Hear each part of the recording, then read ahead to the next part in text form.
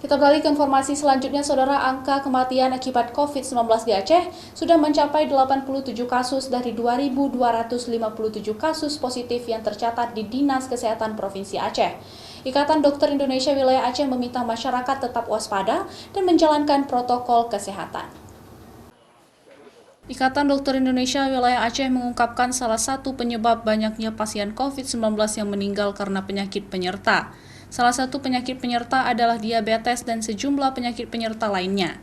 Ketua Ikatan Dokter Indonesia Wilayah Aceh Safrizar Rahman mengungkapkan banyak kasus di rumah sakit merupakan pasien dalam usia rentan terhadap penyakit serta memiliki imun tubuh yang rendah. Namun tidak menutup kemungkinan seiring banyaknya temuan kasus baru yang tanpa gejala. Usia muda juga dapat diserang COVID-19 dengan keluhan berat sehingga menyebabkan kematian. Banyak orang mengatakan orang yang berisiko mengalami kematian adalah orang yang tua, punya komorbid, dan segala macam.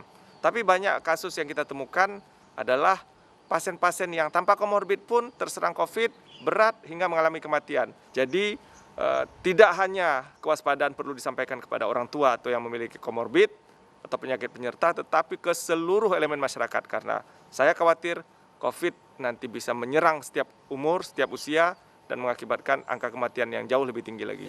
Ikatan Dokter Indonesia Wilayah Aceh khawatir kasus meninggalnya akibat COVID-19 semakin meningkat.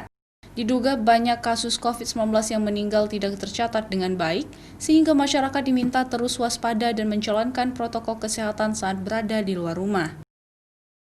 Syahril, Kompas TV, Banda Aceh.